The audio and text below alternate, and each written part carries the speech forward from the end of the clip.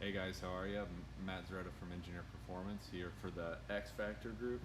I've been working on that all day. Hopefully your seasons are going well. Obviously, we've been keeping track in the group me.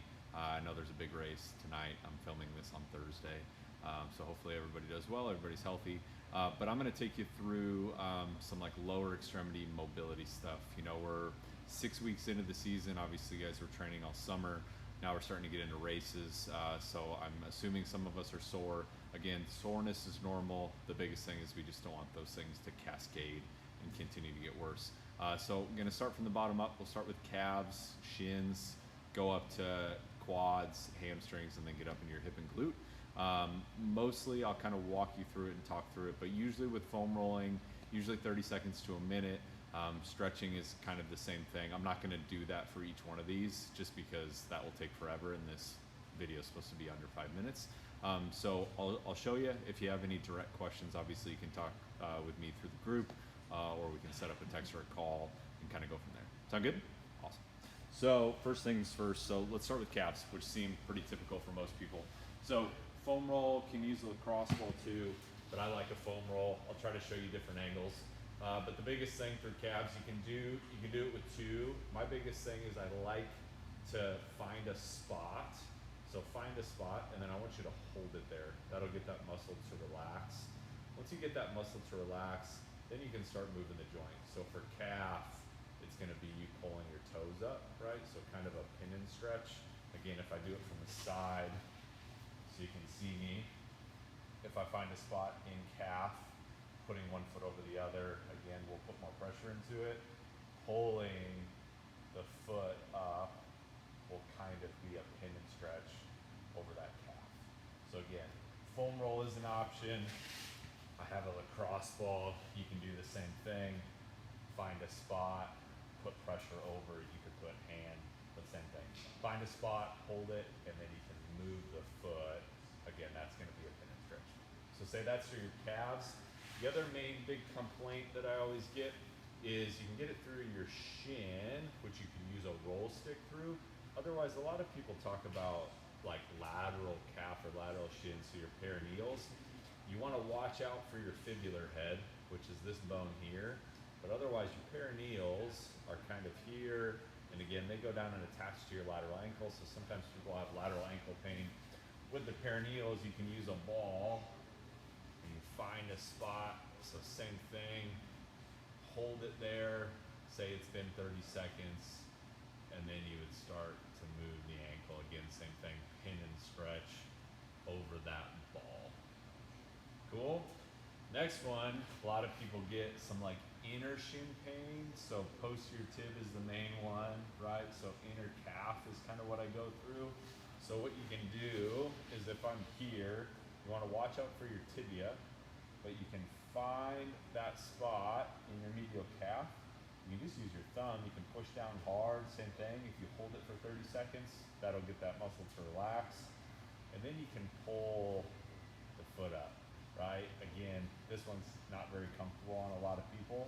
Make sure you're not on your tibia, you're on muscle, but a lot of time people who experience shin splints, this muscle is the one that's really grumpy, and again, it attaches to your tibia, so it starts pulling on your tibia, and that can be the start of shin splints.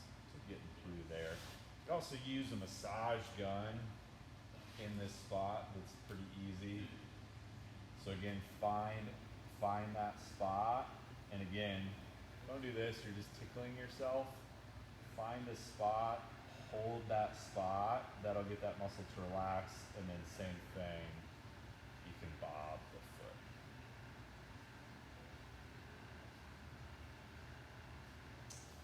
So that's kind of the lower shin, calf, perineals. After you would do that, the stretch that I'd want you to do would just be a very typical calf stretch. So get that heel back as far as you can down.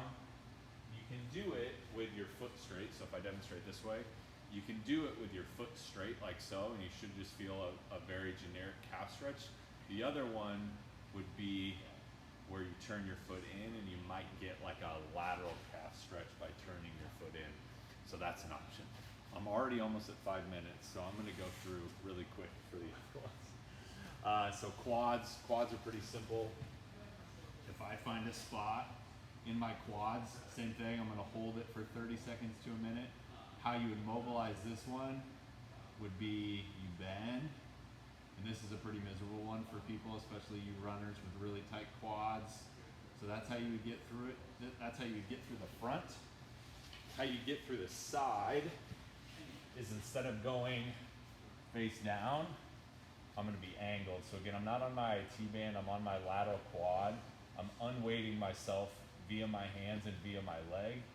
Same thing, find a spot in that lateral quad, hold it, and then you can bend. Again, this one's a pretty terrible one for most people. That's how you get through quads. How you would stretch them would be just a very typical quad stretch. So if you get this view of me doing that, again, any stretch, 30 seconds to a minute. Other view would be here. So again, should feel a decent quad stretch. The other one would be like a half kneeling hip flexor stretch. So get me from the side.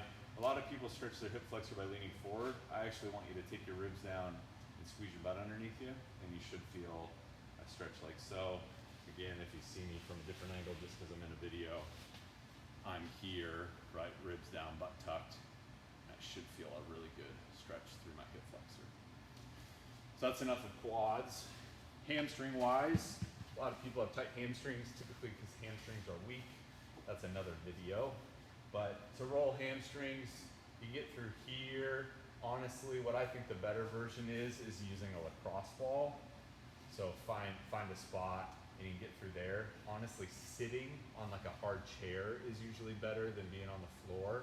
So that's a way that you can get through your hamstrings, or you know, if you have a nice sister or brother or your parents, they can get through your hamstring with a roll stick, or they can use a massage gun. That's a really good way to get through your hamstrings. It's kind of hard for you to get through them. I'm not a very big hamstring stretcher unless I assess you in the clinic, but a decent hamstring mobility exercise is just one where I'm flossing, okay? So again, you can see I don't have the best range of motion, I'm getting old, but again, I'm getting to a point where my body kind of gets to end range, my leg kind of starts to shake at me, and that's where I stop. I'm not pushing through that point.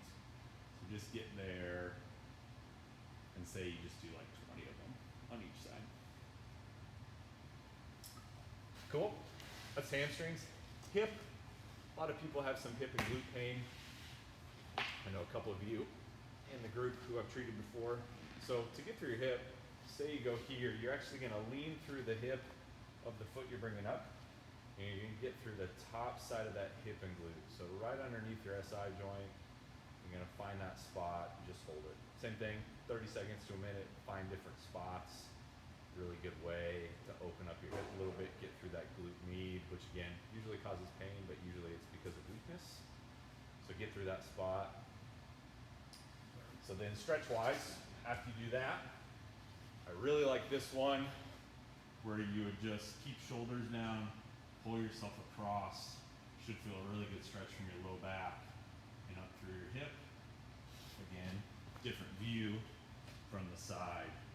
I'm just pulling myself across. And again, should feel really good stretch that way. The other one that I like would be kind of like what we just did on the foam roll. So figure four stretch, so I'm putting that left foot up. I'm gonna pull my right thigh up. Again, I might feel lateral hip a little bit, but I should feel more my glutes. So down in here. Again, different view. Be here, and pull myself up. Should feel a nice stretch through that hip. Again, with all these guys, I just demonstrated on one side. I went through as fast as I could, still took over 9 minutes. Ben's gonna yell at me. So if anybody has any questions, please let me know. But again, foam rolling, 30 seconds to a minute. Same thing with the stretch, 30 seconds to a minute. Don't bob with the stretches, hold stretches to be nice and static to try to get those tissues to relax. What I recommend is you can foam roll before you run. I'm not necessarily a big static stretcher before you run. So foam roll, run, foam roll, stretch, right? So always foam roll and stretch afterwards. If you want to do something before to make you feel better, you can foam roll prior to running too. So again, next video will probably be a strengthening one. If anybody has any questions or feel like an injury is cascading out of control, please let me know. Otherwise, good luck.